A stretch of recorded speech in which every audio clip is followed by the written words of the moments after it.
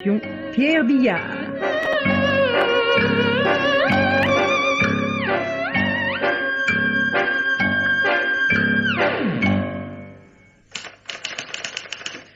En résumé, notre collection Rouge Sang a fait depuis un an 12 millions de bénéfices nets. Néanmoins, il ne nous reste de disponible qu'1 million. Compte tenu des frais fixes et généraux, c'est donc un minimum de 7 millions qui ont été engloutis par nos autres éditions prétendues littéraires. Oh, Monsieur Davet. Nos autres éditions prétendues littéraires. Je vous prie de taper ce que je vous dicte, Madame Albert. Prenez la suite. En conclusion, il faut donc renoncer à ces dernières éditions, ou tout au moins les réduire très sensiblement. Très sensiblement, mais... Monsieur Daven, ces éditions sont la seule raison de vivre de Monsieur Guy. Mon associé est peut-être un mécène qui divertit les milieux bien parisiens. Madame Albert, quant à moi, j'essaie seulement de gagner ma vie, aussi la sienne, en vendant des romans policiers. Et j'y arriverai largement si Monsieur Guy Larsenois évitait de jeter par les fenêtres l'argent que nous rapporte ma collection Rouge Sang. Dans 6 mois, les éditions des Signes du Temps ne seront plus qu'un souvenir. Vous savez bien que non. Je sais ce que je dis, Madame Albert. Et je le sais parce que je travaille 10 heures par jour pour la maison toute la semaine, y compris le samedi, comme aujourd'hui. Pendant que mon associé invite tous les picassiettes de Paris à passer le week-end auprès de lui à Montfort-l'Amaury. À nos frais, bien entendu. Mais ça fait partie du standing de la maison, Monsieur Daven. Le standing. Tenez, taisez-vous. Vous finiriez par me mettre en colère. Où en sommes-nous restés? Il faut donc renoncer à ces dernières éditions, ou tout au moins les réduire très sensiblement. Ah, c'est ça. Je continue. J'estime qu'il est urgent de nous séparer de certains auteurs dont les ventes régulièrement catastrophiques mettent en danger l'existence même des éditions des Signes du Temps.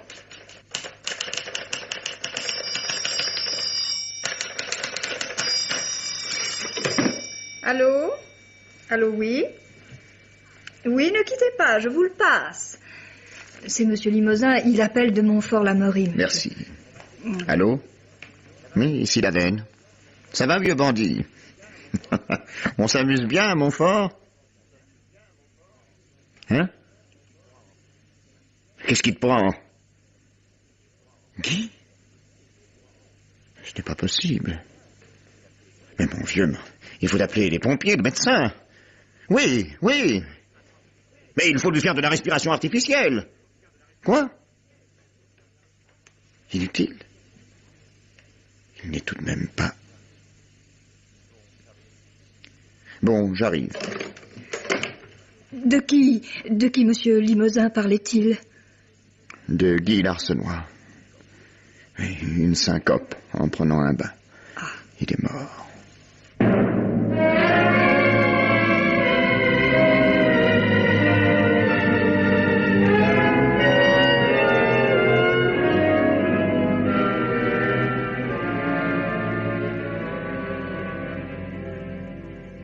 Oh, mon pauvre ami.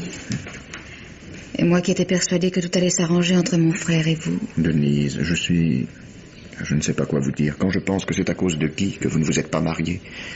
Et maintenant... Excusez-moi, je suis maladroit comme toujours. Mais c'est vrai. Je pense plus à vous qu'à votre frère en ce moment. Comment l'accident est-il arrivé? Limousin vous expliquera. Excusez-moi, je ne me sens pas très d'aplomb.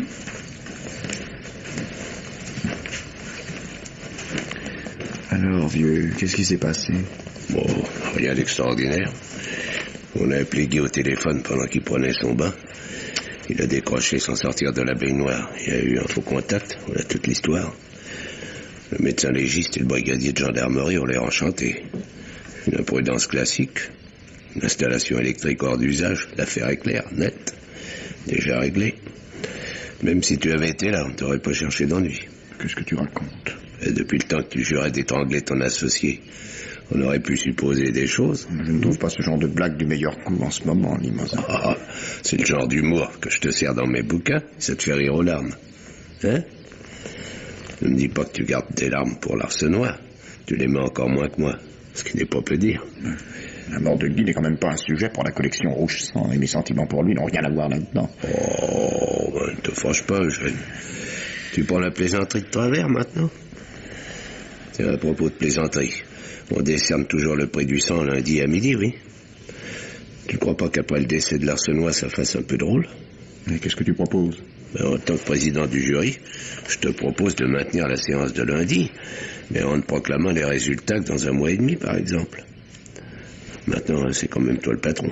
Seul patron, même. Alors tu feras comme tu voudras. 1 mois après l'enterrement de Guy, d'accord.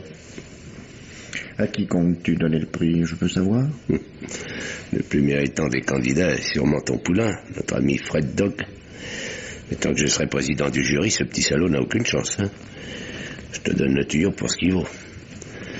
Oh, je pense que l'Arsenois et sa pauvre sœur consentaient à le nourrir chaque week-end. Ah bon, parce que Doug était aussi de la fête. Hélas, oui, il est arrivé hier soir avant tous les autres. Tiens, la seule pensée que mes œuvres paraissent sous la même couverture que les insanités de ce type me donne la nausée. Tu es l'auteur le plus envieux et le plus méchant que je connaisse, Limousin. Tu n'aimes pas assez les jeunes. Regarde, le voilà. Non mais regarde-le. Est-ce qu'on peut éprouver de la sympathie pour une jeunesse aussi mal fichue? Oh, il vient par ici, je préfère détaler. Je vais consoler Denis. Tu es toujours d'accord pour notre dîner de garçon demain soir, hein? Bien sûr. Mais dis donc, est-ce que je vois l'émotion ne te coupe pas l'appétit? Bonjour Daven. Bonjour, Doug. Vous venez un peu dans le jardin, il y a tellement de monde par ici, on étouffe.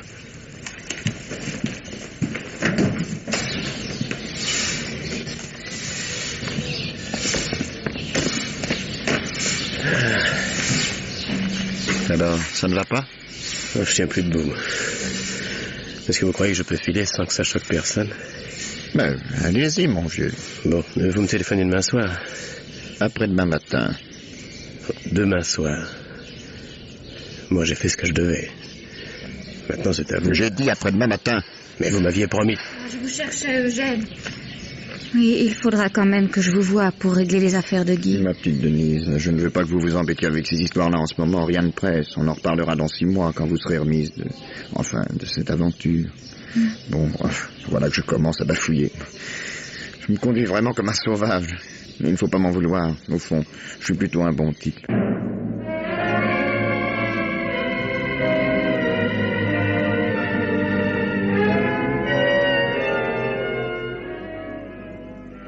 À ta santé, Eugène. Et à la mémoire de ton ami l'Arsenois. Je devrais pas boire comme ça, mon toubib me répète que ça me jouera des tours. Au diable les toubibs. Et longue vie, prospérité, et le reste, comme disait La Fontaine. Ça te plaît, cette mixture? Oh, j'avais vu une chose pareille.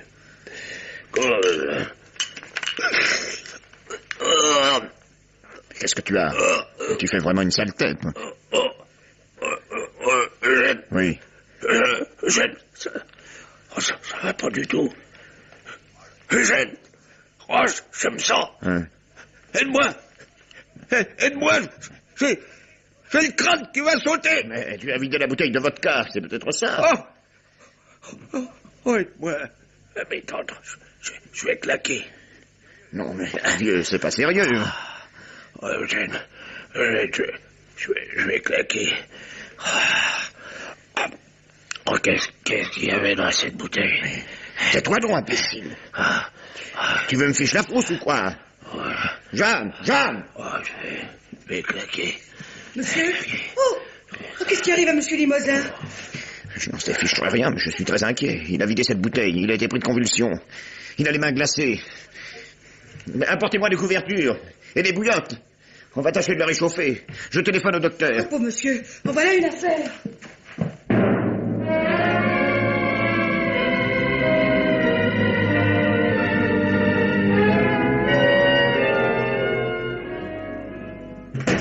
Ah, bonsoir, mon petit Dog. Entrez donc. Bonsoir, Daven. Vous ne m'avez pas téléphoné? Trop de travail. Ah, c'est fou. Depuis la mort de l'Arsenois, tout me retombe sur le dos. Vous allez peut-être vous en plaindre. Asseyez-vous, Dog. Justement, j'étais en train de m'occuper de votre avenir. Ça y est. Vous avez gagné le cocotier. Après une chaude discussion, des débats animés, plusieurs tours de scrutin, vous avez obtenu le prix du sang. Par 5 voix contre 4. Si j'avais pu m'étendre sur toutes vos activités, j'imagine que vous l'auriez eu à l'unanimité. Vous ne l'avez pas volé. C'est vrai? Oh, ça vous étonne tant que ça? Je croyais que vous ne le feriez pas. Mon cher, quand je promets quelque chose d'aussi grave, je tiens toujours. Comment ça s'est passé? 5 voix contre 4, je vous dis. Par contre, une mauvaise nouvelle. Notre pauvre ami Limousin est dans une maison de santé assez gravement malade, oui. L'alcool ne conserve pas indéfiniment. Salaud. Il n'est pas mort. Mais bien roulé, hein? Qu'est-ce que ça veut dire? Vous devenez fou? Vous m'aviez promis de me débarrasser de lui si je vous débarrassais de l'Arsenois. Allons, Dog! Vous êtes fatigué. Vous devriez prendre un peu l'air. Je vous ai promis le prix, vous l'avez eu. Grâce à l'indisposition de Limousin. Sans ça, vous pouviez toujours vous l'accrocher. Bon, c'est la dernière fois que nous parlons de ça. C'est vraiment pas ce que vous avez conclu de nos discussions passées et je ne veux pas le savoir. J'ajoute maintenant que vous avez ma protection fidèle et définitive pour toute votre carrière. Alors, asseyez-vous, Fred. Un cigare? Non, merci. Et pensez à me donner une photo pour les journaux. Vous avez le temps. On ne proclamera les résultats qu'1 mois après l'enterrement de Guy Larsenois par décence. À propos de Limousin, ça a été affreux. Imaginez-vous qu'il a failli me claquer entre les mains, et chez moi, vous vous rendez compte. Il avait bu comme un trou, je ne me suis pas méfié. Étant donné le degré de saturation qu'il avait déjà atteint, c'est encore une chance qu'il s'en soit tiré comme ça. Ça veut dire que vous avez décidé de sauver la peau de ce vieux débris pour me le laisser dans les jambes, hein? Je crois que cet incident lui servira de leçon. En tout cas, il n'est pas prêt de recommencer à siphonner ma cave, je vous le promets. Imaginez un peu que je l'invite encore une fois chez moi et qu'il y crève pour de bon. On raconterait que je me débarrasse de mes auteurs en les saoulant à mort, ce serait du propre. Surtout un vieux copain comme Limousin. Entrez. Messieurs? Qu'est-ce que vous faites encore là, Madame Albert? Vous devriez être chez vous depuis longtemps. Je venais chercher la liste des correspondants de Monsieur Guy. C'est Mademoiselle Denise qui doit les prévenir de la date des obsèques. Ça traîne sans doute dans un classeur, jetez un coup d'œil. Vous vous occuperez de la couronne de la maison, hein? Vous serez gentil. Pas de fleurs, trouvez du plastique, quelque chose de solide.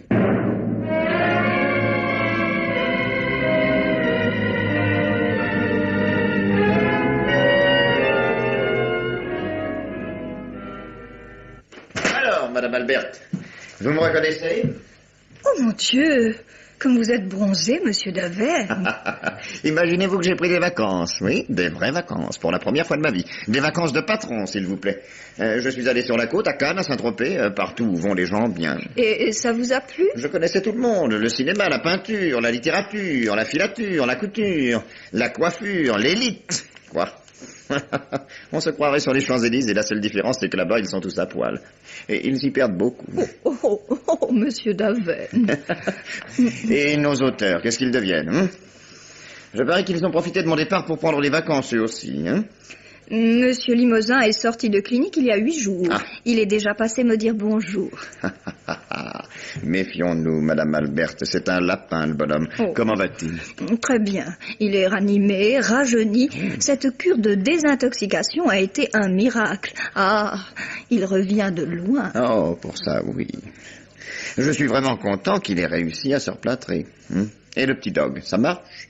Ce prix du sang. Le livre marche très fort. Mais quant à Monsieur Dog, je crois qu'on ne l'a pas revu depuis l'enterrement de Monsieur Larsenois. Ah, pauvre enfant, ça a dû le frapper. On a beau imaginer des catastrophes pour les raconter dans les romans, ça vous fait un drôle d'effet quand elles arrivent pour de bon. Il y a du vrai dans ce que vous dites, Monsieur Daven. Ah, Madame Albert, je me sens comme Limousin, moi tout jeune, tout neuf. Plein de projets, de grandes idées. Dans 1 an, vous ne reconnaîtrez plus la maison, vous verrez ce que je vous dis. Oh, vous êtes vraiment étonnant, Monsieur Daven. Je vais vous faire une confidence. Jamais je ne me suis senti aussi heureux de vivre. Pardon. Allô? Allô, les signes du temps? De la part de qui, je vous prie? Comment? Un instant, monsieur. Mais il a un toupet, celui-là. Ou bien c'est un personnage important, ou bien c'est un fou. Il veut vous parler immédiatement. Sans blague. Quel nom? Pat Wolf. Pat Wolf? Je ne connais pas. Ça me rappelle quelque chose, mais je n'arrive pas à situer. Passez-le-moi toujours. Voilà, monsieur. Allô? Ici Daven. Qui? Pat Wolf? Première fois que j'entends votre nom. Ah bon, vous voulez me placer un roman? Eh bien, il faut voir. Vous me l'avez déjà envoyé? Et comment ça s'appelle? Qui est le policier? Vous avez vu arriver ça, Madame Albert? Je vais regarder. C'est un drôle de titre. Hein? Drôle, je dis. Comment, vous ne trouvez pas ça drôle? Écoutez, c'est quand même pas de ma faute. Hein? Quoi? Vous... Allô? Allô? Quelque chose qui ne va pas, monsieur Daven? Vous avez trouvé ce manuscrit? Mais le voici. Je comptais le faire passer à un lecteur. Ah, c'est ça. Pat Wolf, c'est le nom de l'expéditeur. Tenez. Je vais le lire moi-même. Ce Wolf a l'air d'un original. Son histoire va peut-être m'amuser. Vous partez déjà, mais... Monsieur, vous avez encore 2 rendez-vous. Remettez à demain. Mais le courrier, Voilà. monsieur... Bonsoir, Madame Albert. Oh.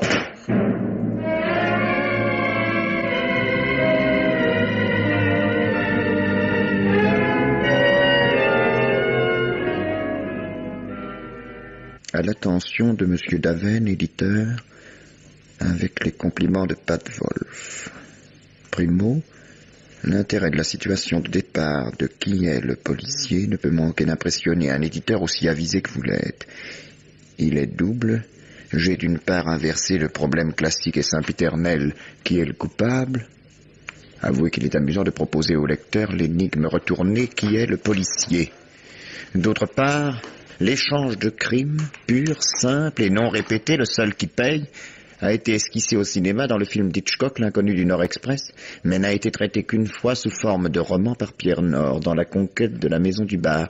Le livre de cet auteur surfait et gonflé était si mauvais qu'il est resté confidentiel. On peut donc considérer ce que je vous apporte comme une idée neuve. Neuve tout au moins pour la littérature, car je suis persuadé que, la réalité étant toujours en avance sur la fiction, mon procédé a déjà servi. On vous débarrasse d'un ennemi, d'un rival, ou d'un associé insupportable, et vous vous chargez de votre côté de faire disparaître une personne exécrée par l'ami qui vous débarrasse de l'associé insupportable. C'est une solution trop élégante pour que personne n'y ait pensé avant moi. Secondo, le texte que je vous envoie aujourd'hui n'est que la première partie du roman que je compte écrire. En effet, j'ai l'imagination hésitante et plutôt chétive. Il faut donc un événement extérieur pour la mettre en branle. J'attends tranquillement que la réalité me fournisse la suite de qui est le policier, ce qui ne saurait manquer d'arriver, et dans un avenir assez proche. De toute façon, je veux que ça se termine bien. J'entends par là que le coupable doit être non seulement découvert par le mystérieux policier que je mets en scène, ce qui est déjà fait, mais confondu et puni. C'est la règle numéro 1 de toute la paralittérature policière, et c'est moral, ce qui ne gâte rien.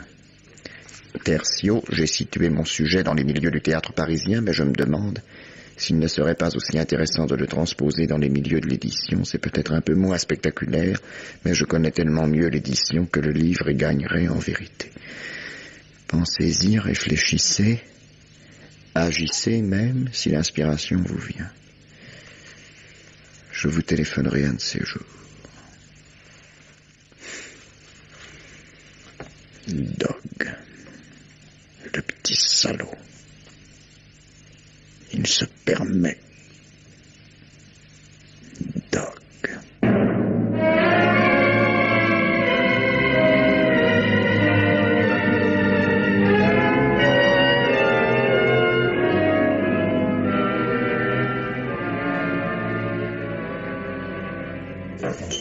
À ta santé, Eugène. Pas possible, tu t'es mis à l'eau minérale? Oh mon Dieu, mon aventure chez toi m'a suffi. Depuis ma sortie de clinique, je suis un enfant modèle. La santé avant tout, hein. Chin chin. C'est fantastique ce que tu as pu changer, Limousin, tu as une mine. Je crois que je serais passé à côté de toi dans la rue sans te reconnaître. Je dois vider ton verre de whisky sans que ça me fasse envie le moins du monde, Ouais. je te le promets. Toi, par exemple, ça n'a pas l'air d'aller très fort, hein? Tu as des ennuis? Au contraire, la maison n'a jamais si bien marché. Je suis fatigué, c'est tout. Eh, bien sûr, maintenant que tu es le seul patron des signes du temps. Tout le boulot te retombe sur les épaules. J'ai vu qu'en mon absence, tu t'étais même chargé de présider le jury du prix du sang. Tu as enfin réussi à faire passer cette petite larve qui signe Fred Dog. Compliment. Un bon tour que je t'ai joué, hein. Tu ne peux vraiment pas le voir en peinture, ce gamin-là. Je croyais que l'indulgence était revenue avec la santé. Tu as revu Doc ces temps-ci? Non, justement. Pourquoi? Il n'y a pas eu de bagarre entre vous par hasard? Des bagarres, qu'est-ce que tu racontes?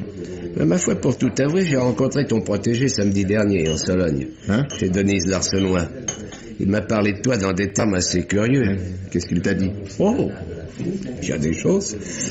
En tout cas, je ne sais pas ce que tu lui as fait, mais il n'a pas l'air de te porter dans son cœur. Tu lui as pourtant fait avoir ce prix. Eh, il a déjà dû l'oublier. Tiens, dans un autre ordre d'idée, Denise Larsenois se plaint que tu la négliges depuis la mort de son frère. Tu devrais aller la voir à la Louveterie le prochain week-end. On se retrouvera tous. Tu t'entendais mal avec Guy, mais Denise t'aime quand même beaucoup. Ça lui fera sûrement plaisir que tu viennes.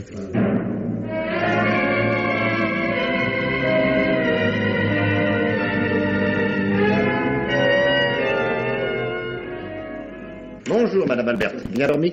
Très bien, merci, monsieur Daven. Je pars dans 1 heure pour la Sologne chez Denise Larsenois. Je vous confie la boutique. Rien d'urgent ce matin, j'espère. Voilà le courrier. Il n'y a pas grand-chose. Ah, monsieur Dog est venu tout à l'heure. Tiens, il ne m'a pas attendu? Non, j'ai même plutôt l'impression qu'il voulait vous éviter. Il avait un drôle d'air. Mais quelle espèce de drôle d'air. Je ne sais pas. Gêné, brusque, mal poli. Il vous a dit ce qu'il voulait? Il a repris ses manuscrits. Quoi? Mais en quel honneur? Il ne m'a donné aucune explication. Voulez-vous que je l'appelle? Non, non, laissez tomber. Il va chez Denise avec les autres à chaque week-end. Je saurai bien le retrouver.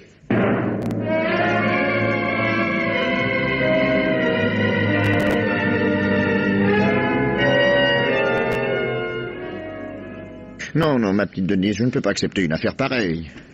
1 million de 45, ça n'a rien à voir avec 1 million d'aujourd'hui.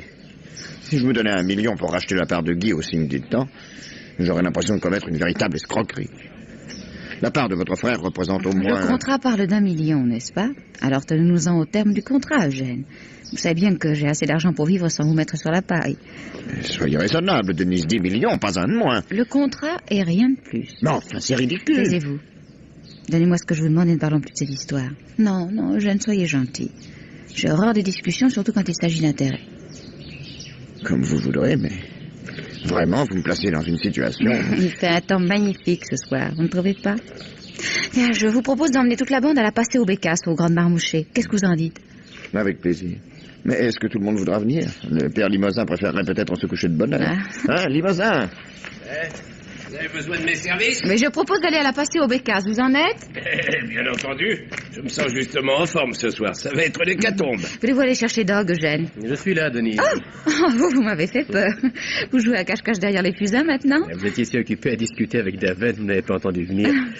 J'allais précisément vous proposer de faire un tour jusqu'à la passée. Alors ça tombe à pic. Prévenez le garde que nous l'attendons.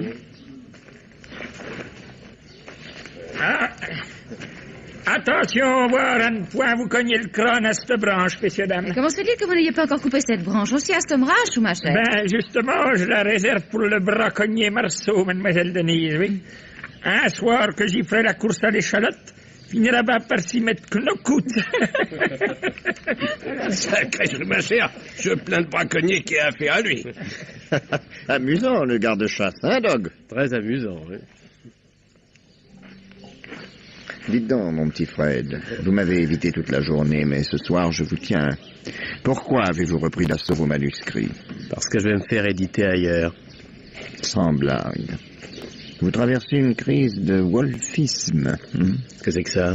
Une nouvelle mode littéraire. Je ne crois pas qu'elle prendra, d'ailleurs. Allons, Fred. Vous savez bien que vous allez y perdre. Je vous conseille amicalement de surmonter des griefs qui ne résisteraient pas à un quart d'heure d'examen sérieux et qui prennent une tournure morbide. Je ne veux plus travailler avec vous, Daven. Je ne veux plus vous voir. Fred, si je vous abandonne, votre carrière est fichue. Alors vous êtes en train de faire de telles bêtises que je vais carrément vous laisser tomber. Vous êtes le seul qui ait quelque chose à perdre dans un différend entre nous. Oui, parce que de votre côté, les affaires vont plutôt bien, hein? Qu'est-ce que vous insinuez? Oh, rien. Un magnifique temps de chasse, trouvez pas? Je crois qu'on peut déjà laisser quelqu'un ici, n'est-ce pas, ma chère? Ben, mademoiselle Denise, ma foi, oui, quoi. On pourrait laisser monsieur Limousin, par exemple. Il y a toujours une ou deux bécasses en train de se tremper le bec dans l'eau. Voyez-vous, à cette heure-là, ça va bientôt être la croule. Je vais vous mettre pour que vous les ayez en belle, monsieur. Oui, ça vaudra mieux si vous voulez un tableau présentable. Allons-y. Alors, ben, voyez-vous, c'est pas grave. Bon, moi, je vais rester ici. Eugène, voulez-vous emmener Doc jusqu'à l'autre étang? Vous resterez au bord de la clairière. D'accord. Ne tirez pas trop tôt, qu'on ait le temps de se retourner. Attendez, dépêchez-vous. Qu'est-ce que vous me racontiez tout à l'heure, Fred, à propos de mes affaires, hein? Excusez-moi, mais j'ai entendu la fin de votre conversation avec Denise. Hein? 1 million, c'est beau, non? 1 million pour les signes du temps. Vous savez la prendre, Denise, compliment. J'aimerais savoir pourquoi vous m'espionnez, Fred. Vous m'en voulez? De vous avoir donné le prix, sans doute, hein? J'avais demandé l'avis de l'Arsenois, je vous ai demandé celle de Limousin en échange. Moi, j'ai tenu ma promesse. Mais vous, vous en êtes tiré les mains nettes. J'ai toujours été épris de justice, Daven.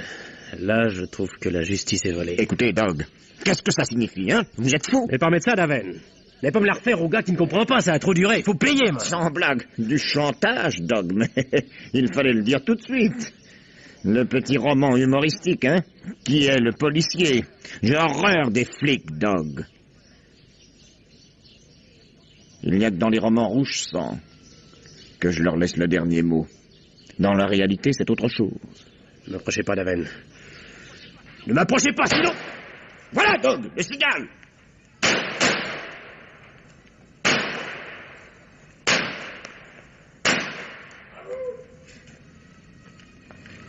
Ah, j'en ai manqué. 3 sur 4, comme d'habitude. Vous auriez dû rester avec moi, Schumacher. Ah, ben, monsieur... Vous auriez sauvé l'honneur. Et vous, Denise? Moi, je n'ai rien vu passer, c'est une excuse. J'espère que Doc et Daven ont fait mieux que nous. Tenez, et voilà qu'ils viennent au rapport. Ah oui, et voilà. Alors, qu'est-ce que ça a donné? Une belle pièce. Voilà toujours de quoi meubler le tableau, Schumacher. Ah oui. Mettez un chien au bord de l'étang demain matin. Il y en a une deuxième quelque part. Bravo, c'est vous qui vous en êtes le mieux tiré, Eugène. Oh, plus de chance que d'adresse, vous savez. Ben, et monsieur Dog? Dog, il n'est pas avec vous? Ben, ma foi, non. Où l'avez-vous laissé? Mais au premier poste, au bout du sentier. Il devrait être là depuis longtemps. Il ne peut tout de même pas s'être perdu. Dog! Hey, Dog! Venez, Schumacher, on va le chercher. Oui, ben, ma foi...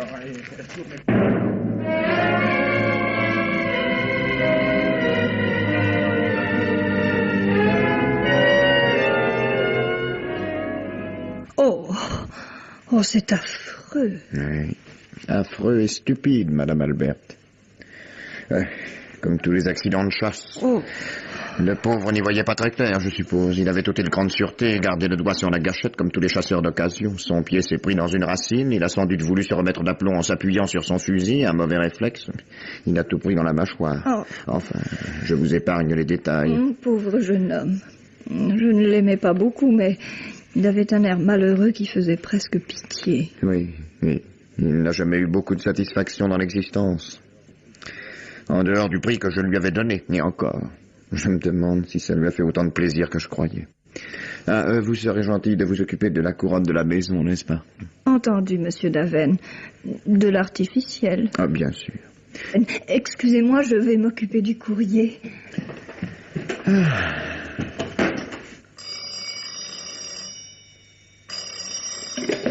Allô?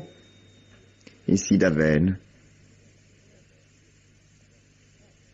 Wolf? Mais c'est une blague. Wolf est... Qui êtes-vous? Oui, je suis curieux. Je suis curieux de savoir qui vous êtes exactement. Qui est le policier? Quoi?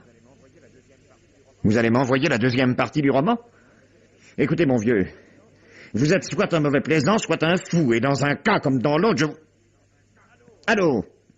Allô?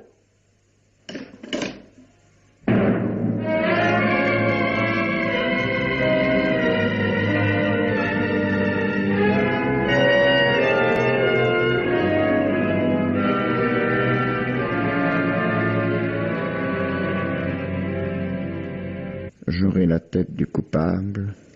Dans la première affaire, il n'a pas tué, mais il a fait pire, en équité, sinon en justice.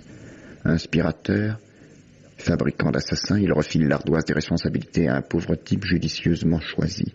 Condition préalable nécessaire à l'aboutissement de mes projets concernant son châtiment, dissoudre l'association entre lui et l'exécuteur qu'il a choisi. L'idéal serait évidemment de les brouiller à mort. Ce serait même la plus complète, la plus équitable des solutions. Si ces deux énergumènes en arrivaient à s'entretuer, ce serait fantastique. Ainsi pensait notre policier. Après mûre réflexion, il passa aux actes et il arriva ce qui devait arriver. En effet, au cours d'un voyage que firent les deux criminels en province, en Sologne, pour être plus précis, la Sologne, paradis des chasseurs. Allô, ici Davenne. Ah, c'est vous, Wolf. Oui. J'ai commencé à lire votre seconde partie. Je suis même très avancé. Si ça me plaît. Mais je pense bien, je trouve ça très intéressant.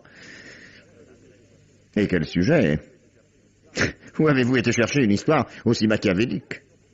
Vous avez l'imagination beaucoup plus vive que vous ne le prétendez, c'est rare à notre époque. Eh bien, dites donc, puisque je vous tiens au bout du fil, il est temps que nous parlions affaires. Je voudrais vous voir le plus tôt possible. Oui, j'ai décidé de sortir votre bouquin avant Pâques. Alors, mon vieux, vous êtes content?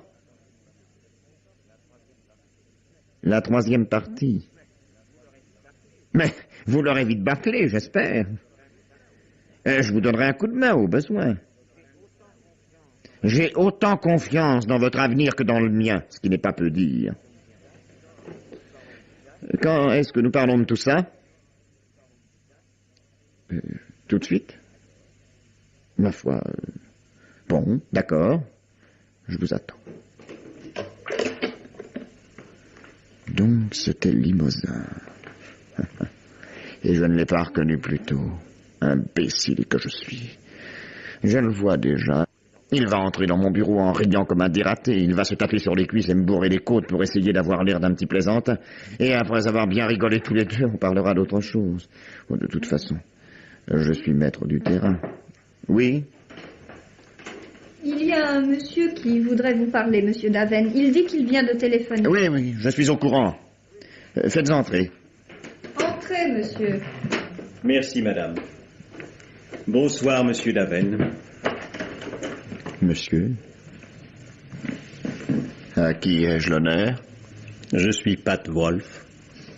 Ce n'est pas moi que vous attendiez. En effet. Enfin, je ne vous imaginais pas tourner de cette façon. Vous êtes rugbyman? Je l'ai été. Vous permettez que je prenne un siège? Ah, je vous en prie. Excusez-moi. Nous ne nous sommes jamais rencontrés, n'est-ce pas? Pourtant, votre visage ne m'est pas complètement inconnu. Nous nous sommes vus une fois, rapidement, à l'enterrement de Fred Dog avant-hier. Ah oui, c'est ça, oui. Vous étiez parent avec lui? Oh, ancien camarade de collège, simplement. Je l'aimais bien, Fred. Enfin, il n'avait pas de femme, pas d'enfant, pas de charge dans la vie. Il ne laisse personne dans le besoin, c'est déjà quelque chose. Vous parlez en homme qui sait ce que sont les responsabilités d'homme, une femme, des enfants. Eh bien, Wolf, vous m'êtes exceptionnellement sympathique et je suis heureux de vous donner votre chance en publiant ce livre. Oh, j'ai trouvé ça remarquable. Si, à tout point de vue. Ça manque peut-être de technique et encore. Enfin, de toute façon, il y a l'essentiel. Vous êtes trop gentil. Pas du tout. Si vous êtes d'accord, nous signerons le contrat dès demain. Je paye d'habitude la moitié à la signature et le reste à la sortie, mais dans votre cas particulier, je suis si bien accroché que je paierai le tout à la signature du contrat. En attendant, comme j'ai une fin de loup et que je voudrais quand même faire plus ample connaissance avec vous, je vous propose d'aller dîner quelque part, vous voulez? Avec le plus grand plaisir. Vous permettez que je téléphone à ma femme?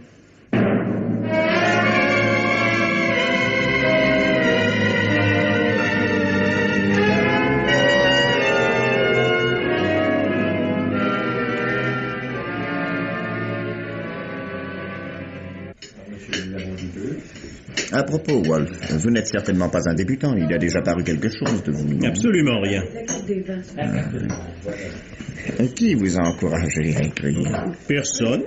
Une idée qui m'est venue. J'ai eu envie de la voir sur le papier et après, ma foi, j'ai continué. Vous avez fait du journalisme, peut-être? Non. Non, pas du tout. Mais je ne vous ai pas dit quel métier je faisais. Je dois en avoir honte, ma parole. Vous êtes dans la politique? Mais non. Le fisc? Le cinéma? Pire que tout ça. C'est impossible. Oh, si. Je suis flic. Elle est bonne, hein? Ma foi, il n'y a pas de honte à ça. Policier privé? Non, non, tout de même pas. Commissaire Aubry de la police judiciaire. Bah, il n'y a pas de saut métier. Comme vous dites. Et puis c'est un travail qui vous rapporte au moins des sujets de romans. Même pas. C'est d'une banalité décourageante. Mais pour qui est le policier, vous avez bien eu des sources? Oui, c'est la seule exception depuis le début de ma carrière. Je m'en doutais. Est-ce que vous savez déjà quel dénouement vous allez donner à votre livre? Justement, j'aimerais en discuter avec vous. Vous avez une préférence? Rien du tout. Mais vous-même, si vous avez pris cette histoire dans la réalité... Il faut que justice soit faite. Voilà ce que me souffle la réalité. Ça colle d'ailleurs très bien avec les conventions du roman policier. Alors, ceci posé, l'inspecteur que je mets en scène dans mon livre a déjà obtenu 2 résultats satisfaisants. D'une part, la confirmation absolue de ses soupçons, et d'autre part, la punition de l'exécuteur du premier crime. Reste son complice, l'instigateur, celui sans lequel il ne se serait rien passé, sans lequel 2 hommes seraient encore en vie. Et votre inspecteur n'a toujours aucune preuve contre lui, à ce que j'ai compris. C'est ennuyeux, ça. Oh, je vous garantis que ces preuves sont faciles à trouver. Ah bon? Et comment ça? Simple besogne de flic. Les empreintes digitales. Non. Mais si. C'est la première chose à faire. S'il y avait eu des empreintes digitales, tout serait déjà fini depuis longtemps. Oh, non, pas forcément. Il aurait encore fallu que le policier veuille interpréter ces empreintes dans un sens qui accable le suspect. Disons que mon inspecteur, relativement consciencieux, n'a pas voulu faire dire aux empreintes tout ce qu'elles pouvaient signifier. Il n'y a pas d'empreinte digitale dans ce roman. Mais si, Daven, mais si. Elle s'applique à travers le gant dans certains cas. Empreinte digitale, donc, plus interrogatoire au finish, confrontation de choc, exhumation de cadavres et d'œuvres posthumes, avec bien entendu quelques coups de pouce au cours de l'enquête. À l'appui de charges déjà très lourdes contre un homme aussi peu aimé que notre homme, des témoignages pourraient être accablants. Bref, je me charge de faire une 3e partie où le coupable se fait saler aux assises. Mais ce serait une lourde flicaillerie. Un chef-d'œuvre de l'esprit soudain écrasé par le marteau-pilon. En conclusion, je vous demande conseil. Est-ce qu'on arrête ce type pour le cuisiner? Non, ça ne me paraît pas tellement bon. À vous non plus. Mais alors, qu'est-ce qu'on peut trouver d'autre? Je comptais un peu sur votre expérience d'éditeur spécialisé. Mais quelles sont les fins qui plaisent d'habitude? Il n'y a pas de règle. Le public est tellement bizarre. Pour tout vous dire, j'attends un peu de vous la suggestion, le choc d'idées d'où sortirait La quoi? La mort discrète du coupable. Ça ne serait pas mal. Mais son suicide n'aurait aucun sens. Je ne vois pas d'autre solution. Notez bien que si je trouve le suicide satisfaisant moralement, il ne me réjouit guère du point de vue esthétique. Disons surtout que vous seriez bien en peine de le provoquer. Non, n'en croyez rien, non. Malgré tout, ça me semble à moi aussi un peu sommaire. Et à part les francs, sans grand mérite. Sinon, j'aurais déjà attaqué cette 3e et dernière partie. L'excuse est faible, avouez-le. Non, je n'avoue rien, mais... Oh, tiens, mais vous me donnez une idée. Sans blague. Récapitulons, si vous le voulez bien. Voyons, première solution, une enquête policière classique. Bon, j'ai évoqué ce genre de travail, il peut suffire à faire condamner le coupable, c'est une question de temps, mais nous rejetons cette solution qui nous déplaît à l'un et à l'autre. Deuxième solution, le suicide. Elle n'est pas plus élégante, nous l'écartons donc également. Mais je viens de penser subitement, grâce à vous, à une 3e solution, qui ne m'était pas encore apparue jusqu'ici. Vous ne voyez pas? Dites toujours. Les aveux. Les quoi? Vous rigolez. Les aveux, mais oui, Daven. Vous venez de me rappeler ce que j'avais un peu oublié. L'irrésistible besoin d'avouer qui est dans la nature humaine et que la religion catholique a si subtilement satisfait en instituant la confession. Oh, foutaise. Je n'ai jamais éprouvé le besoin d'aller raconter des histoires aux autres. Mais il n'est pas question de vous. Non, je vous parle du héros de mon livre. Croyez-en mon expérience de policier, il y a toujours un moment où le coupable a besoin d'avouer. Ça lui fait tellement de bien. Mais qu'est-ce que vous cherchez? Avec vos préchailleries d'enfants de cœur à m'endormir? Faudra trouver autre chose, mon bonhomme. Non, si j'étais moins sûr de ce que j'avance, je n'irais tout de même pas vous mettre en garde aussi naïvement. Non, j'aurais plutôt téléphoné à 2 de mes hommes de venir dîner ici, à la table voisine de la nôtre, en écoutant attentivement notre conversation. Non, non, rassurez-vous, non, je ne l'ai pas fait. Ce monsieur et cette dame n'ont rien à voir avec la sûreté nationale. Non, du moins, pas à ma connaissance. Nous causons, voilà tout. Vous verrez, Daven, si vous saviez combien d'innocents avouent automatiquement, vous sauriez qu'un coupable soupçonné est déjà perdu. Vous, par exemple, vous avez tellement besoin de vous découvrir qu'à la première occasion, ce soir, vous avez été incapable de vous taire. Qu'est-ce que vous me chantez là, commissaire? Nous causons littérature, et voilà que vous enchaînez sur des considérations professionnelles. C'est une déformation fréquente dans votre milieu, je crois. Mais vous avez raison. Je suis idiot. Ah, avec tout ça, on ne sait toujours pas comment le bouquin va finir. Vous n'espérez quand même pas que c'est moi qui vais faire tout le boulot? Non, bien sûr. Ah, il va falloir que je me remette au travail. Au fait, vous vous intéressez au cinéma? Pas énormément. Ou alors, quand il s'agit d'adapter un livre paru au signe du temps, ça fait monter le tirage. C'est la seule chose qui m'intéresse. Justement, j'ai pensé à une adaptation de Qui est le policier? C'est un bon sujet de cinéma, n'est-ce pas? Alors, comme je suis moi-même cinéaste amateur, j'avais commencé à tourner quelques scènes du bouquin en 16 mm avec des amis. Je les projette demain soir à 8 heures dans une salle privée pour un producteur que le sujet a l'air d'intéresser. Les amis qui m'ont aidé à le tourner seront sans doute là. Voulez-vous venir? Demain soir? J'ai un rendez-vous. Ça ne va pas être commode. Allons, un effort. Tenez, je vous mets l'adresse sur cette carte. Voilà. Je suis sûr que vous viendrez. Sinon, vous le regretteriez. Je vous assure.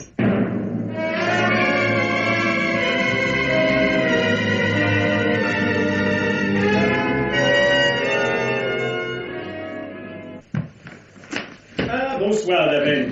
Je savais bien que vous viendriez. Bonsoir. Vous semblez fatigué. Qu'est-ce qui ne va pas? Rien du tout, ça va très bien. Alors, tant mieux. Je vous présente Monsieur le maire, qui est producteur, et que notre projet intéresse. Daven. Enchanté. Bonsoir, monsieur. Très heureux de vous connaître. Aubry m'a déjà beaucoup parlé de vous. Ah oui? Monsieur le maire envisage la réalisation d'une série de films sur un thème déjà exploité avec succès en Amérique. Le crime ne paie pas. Je lui ai proposé notre roman, qui s'appellerait à l'écran « Le crime ne paie pas, même par personne interposée ».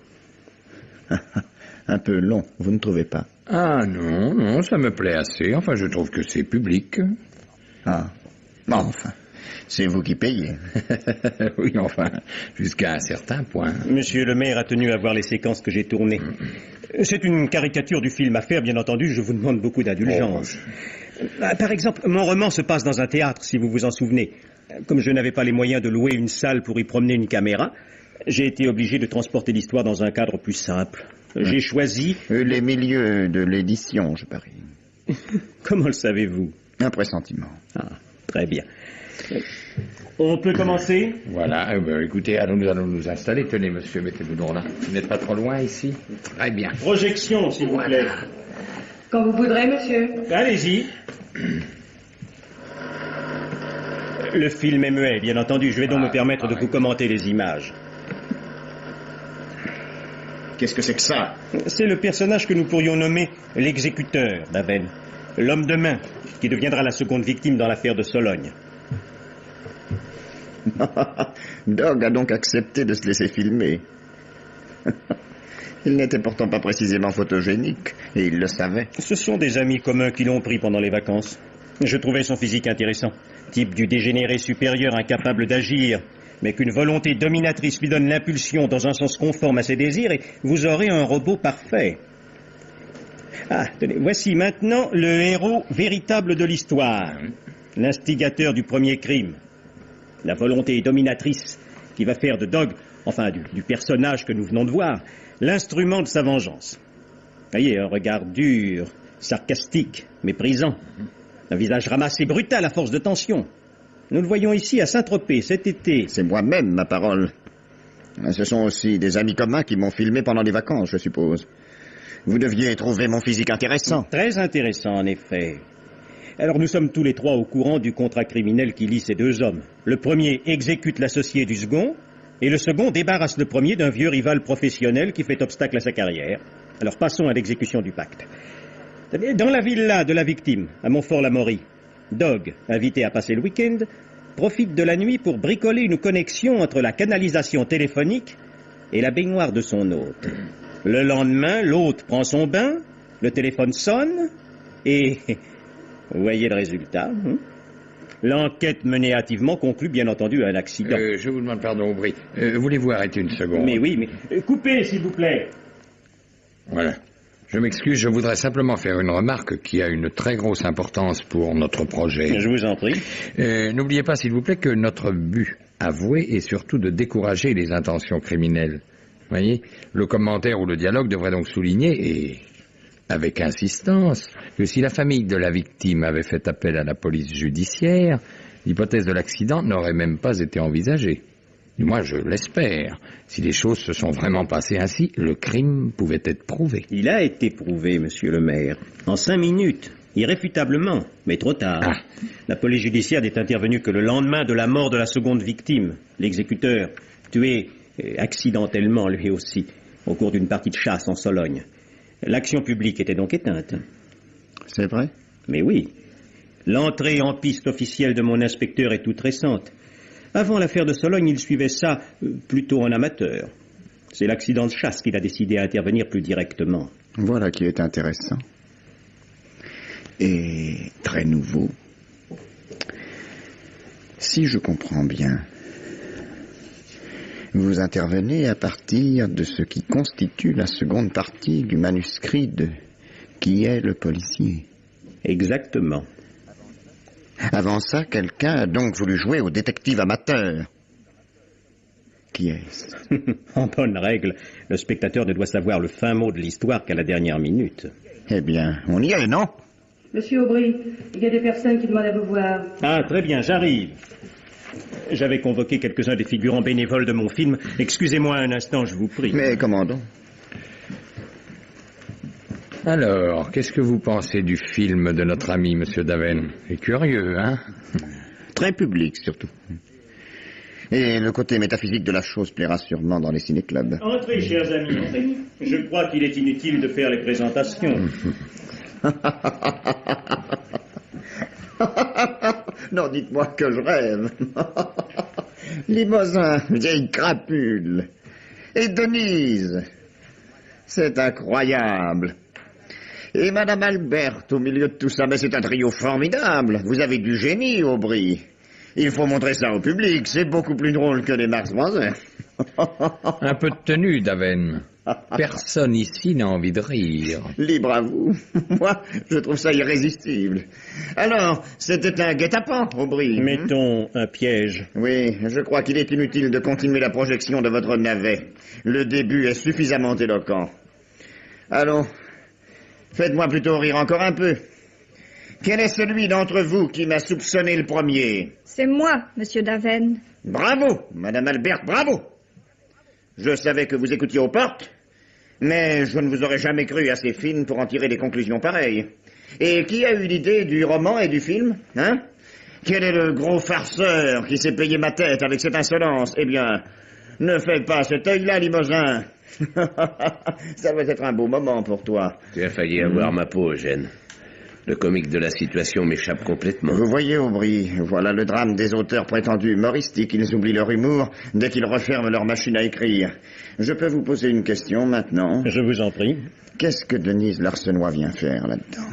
Madame Albert et Limousin ont fini par me convaincre que vous aviez tué mon frère, Eugène. De mieux en mieux. Et votre choix a été tout de suite fixé entre ces bons apôtres et moi, n'est-ce pas? Leur bonne mine parle tellement en leur faveur. Alors, si je comprends bien, la seconde partie de Qui est le policier est l'œuvre d'un comité de rédaction que vous dirigiez, Aubry. Précisément.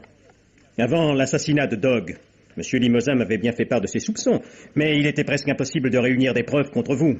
Du moins, des preuves sérieuses. Après c'était différent. Il suffisait de poursuivre le travail commencé avec la première partie du manuscrit pour vous amener à avouer spontanément, si l'on peut dire. Mais là, vous en êtes pour vos frais. Nullement, Daven. Vous venez pratiquement d'avouer en public. Qui êtes-vous au juste, monsieur le producteur? Contrôleur général Lemaire, de la Sûreté nationale. Je me doutais bien qu'il y avait de ça dans l'air. Eh bien, monsieur et cher contrôleur, vous savez mieux que moi que tout tribunal de pays civilisé ne retient les aveux d'un inculpé qu'à titre d'élément de conviction. Encore n'ont-ils aucune valeur s'ils ont été arrachés par des cruautés physiques ou morales. Mais rassurez-vous, je ne vais pas vous accuser de m'avoir supplicié. Ce serait vous accorder une importance que vous ne méritez pas. Je vous ferai simplement remarquer, à vous tous, que je n'ai rien avoué. Absolument rien. J'ai tout simplement fait mine d'entrer dans votre jeu pour le découvrir et pour me payer vos figures de carême à mon tour. Non, mes amis, je n'avoue rien. Vous m'avez beaucoup amusé, à moi de parler maintenant. Écoutez-moi bien. Ah! Mais oui, Madame Albert, j'avais un gros pistolet dans la poche de mon pardessus. Impressionnant, hein? Et c'est vous qui allez faire les premiers frais, vieille sorcière. Après quoi, les 4 autres vous suivront, je vous en donne ma parole. Et ils font les braves, ces piliers de la justice. Ils vont prendre chacun leur pruneau entre les 2 yeux, sans un frémissement de la paupière. Ne bougez pas, Aubry! À moins que vous ne teniez à y avoir droit le premier. Ce revolver ne vous sera d'aucune utilité, Daven. Donnez. Ne bougez pas, tant pis pour vous. S'il vous plaît. Monsieur le commissaire. Dites à nos amis de monter, nous le tenons. Bien, monsieur le commissaire. Ils viennent tout de suite, Daven. Non, ne vous fatiguez pas. Je vous ai fabriqué des balles inertes que Madame Albert a eu l'obligeance de substituer aux vôtres cet après-midi. Pourquoi aussi avoir commis l'imprudence de laisser ce revolver traîner dans un tiroir de votre bureau? Vous avez lu trop de romans policiers, mon vieux. Sans le revolver, vous vous en tireriez très bien. Car je peux vous avouer à présent que nous n'avions aucune preuve contre vous. Mais absolument aucune. Je commençais même à désespérer.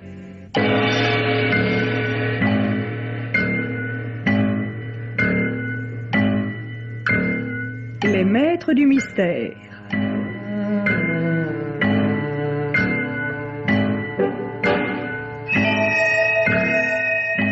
Parmi les chefs-d'œuvre de la littérature policière, Germaine Beaumont et Pierre Billard avaient choisi pour vous ce soir « Qui est le policier ?» pièce radiophonique de Jean Châtenay, d'après le roman de Pierre Nord, avec Michel Bouquet dans le rôle de Daven, Georges Chamara, sociétaire de la Comédie Française Limousin, et Marguerite Cassan, Bernadette Lange, Pierre Delbon, Geneviève Morel, Raymond Pellissier, Henri Virlogeux.